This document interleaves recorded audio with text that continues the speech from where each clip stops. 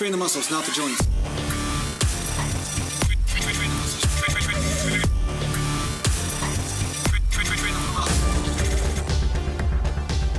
Welcome back to Natural Gland Bodybuilding Mountain. So today I want to talk about one of the worst mistakes you can make in the gym that a lot of people make. And it's not the worst. I think the worst mistake is actually doing 1 rep maxes all the time to test your strength.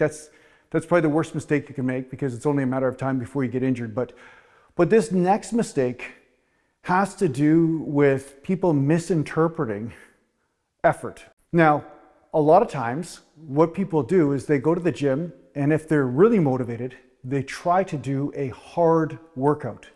And the harder the workout is, no matter what the reason is, right? But the harder the workout is, they feel that means it's more intense, and therefore the body will automatically put on muscle. Now, there is some truth to this. There is some truth to intensity, of course.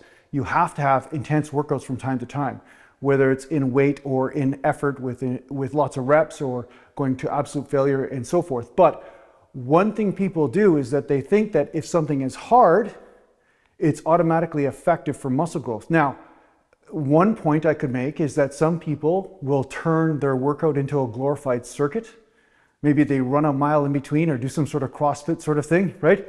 Then they go to a heavy set of bench presses, and then they go to lat pull downs, then they go to deadlifts, and then they run around in a circuit. And yeah, they're going to get in shape, but they're not necessarily going to be putting all that energy into muscular growth, right? Because the energy has to be dissipated into endurance and cardiovascular activity. So if you're doing a dog's breakfast type of workout where you're trying to fit every single form of intensity into the same workout, your body's not going to know which direction to adapt. And it's going to try to be a jack of all trades, but not necessarily a specialist.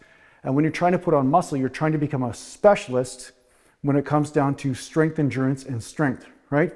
Now, the other thing that people do is that they assume that if they make an exercise more awkward, it's somehow more effective. And this is really the main point I want to make in this video, is that a lot of times people will overextend the range of motion so that they're bouncing on the bottom and the joints and stuff, disengaging the muscle, and therefore they have to re-engage the muscle again. So they're basically avoiding all constant tension and benefits therein, right? Because when the muscles remain tight, they also protect the joint a lot, right? So if you're totally relaxing them at the bottom, not only are you making the exercise more awkward because you have to activate that muscle again, but you're also denying the benefit that the muscles would add for protection of the joints, right? And the other way I see this happen is that sometimes people will do an exercise which is super awkward, not only in range of motion, but also in balance, right? They assume that if they are walking a tightrope with weights in their hand, that somehow that's going to automatically equate